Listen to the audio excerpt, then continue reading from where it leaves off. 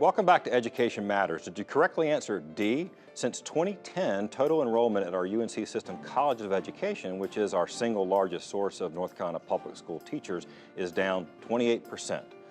Now we're going to continue the discussion with two guests who have a new program in Johnston County that aims to help reverse those trends. We have joining us Dr. Mary Ann Danowitz. Welcome back to Education Matters. Thank you, Keith. Mary Ann is the Dean of the NC State College of Education. And then next to her is Brandon Garland. Brandon is the Innovation Officer for Johnston County Public Schools. So thanks so much. All right, well, Innovation Officer, this sounds innovative, so it must have come from you.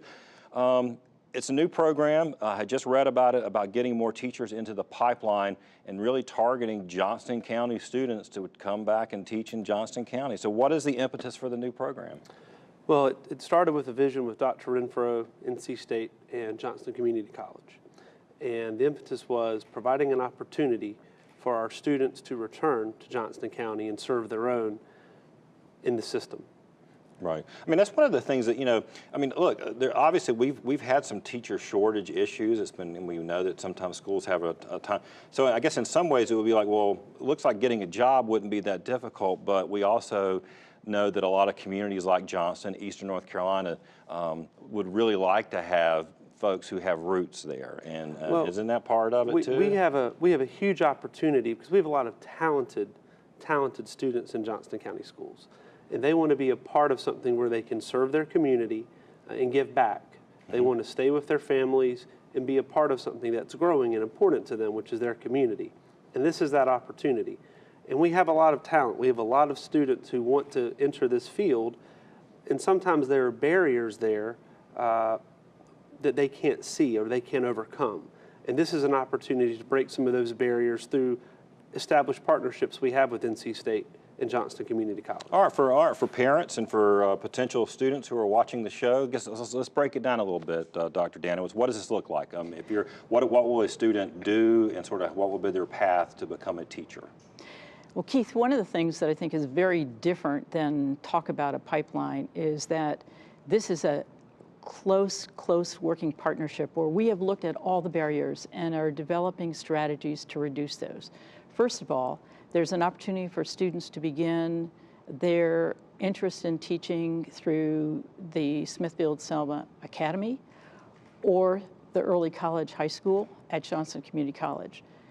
We will be supporting students at that level, and when they get to JCC, one of the things that they will have is not only an advisor at the college, but one of our folks from NC State will be located there. So they will have a person working with them.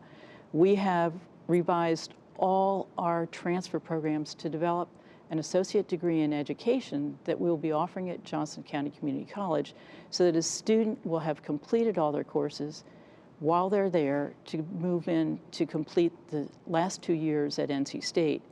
During the time at JCC, they'll have interaction at NC State, the same for the students in the academy or the early college high school.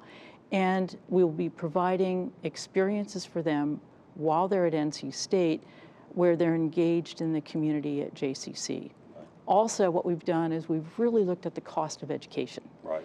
And so what that means is that we, as one of the 5 partner colleges for the Teaching Fellows program, will be able to do all that we can to prepare those students to be highly competitive to get a Teaching Fellow scholarship. Oh, okay. And so that would actually reduce the cost of tuition at NC State by 90%. And so right now, so there's no like scholarship attached to this right now, but what you're saying is from a positioning perspective, but it does get you, I guess there's a couple of things thinking about it as a parent. You get an associate's degree already. At no cost. At no cost. Okay. At no cost. Okay.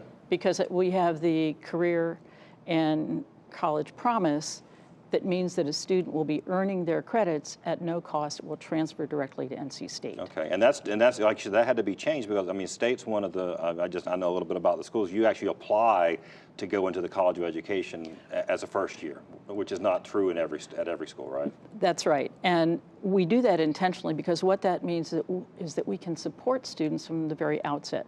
So whether a student is at JCC or in the early college high school or at NC State, they're going to have certain shared experiences. We do an incredible orientation program.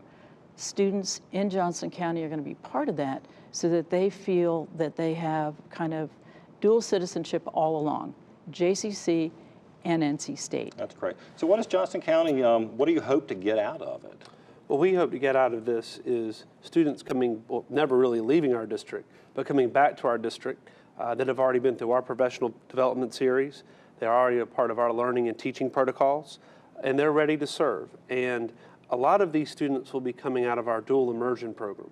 We have students that start learning in Spanish and in English as early as pre-K.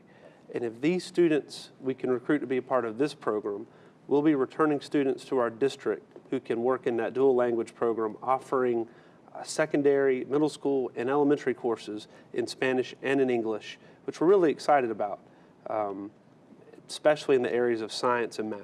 Well, and I'm guessing that, I mean, it sounds like to me a student who goes through this program, when they enter their first year in teaching, they're not going to be like your typical beginning teacher. Absolutely not. Right? Absolutely I mean, and you know, Dr. Danowitz, that's the first couple of years can be tough. That's right. And we know that, and based on what Brandon has just said, one of the things we're going to do is we're going to make sure that the students who come from the dual language program have experiences where they're working with Spanish-speaking families. We have a number of faculty who have major projects in that area, and also trying to build in as much as we can an international experience in a Spanish language country. And we'll be working very hard with the district and with JCC to develop scholarships to support these students. When does it start? Well, we're going to be recruiting for it this year, and then it will start the following year in the fall with students entering the academy.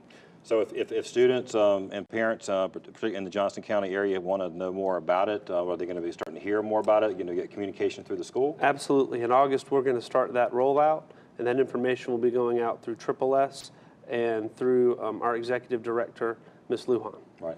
And I'll ask you for the final word. I asked him what Johnston County gets out of it. What does NC State get out of this new partnership?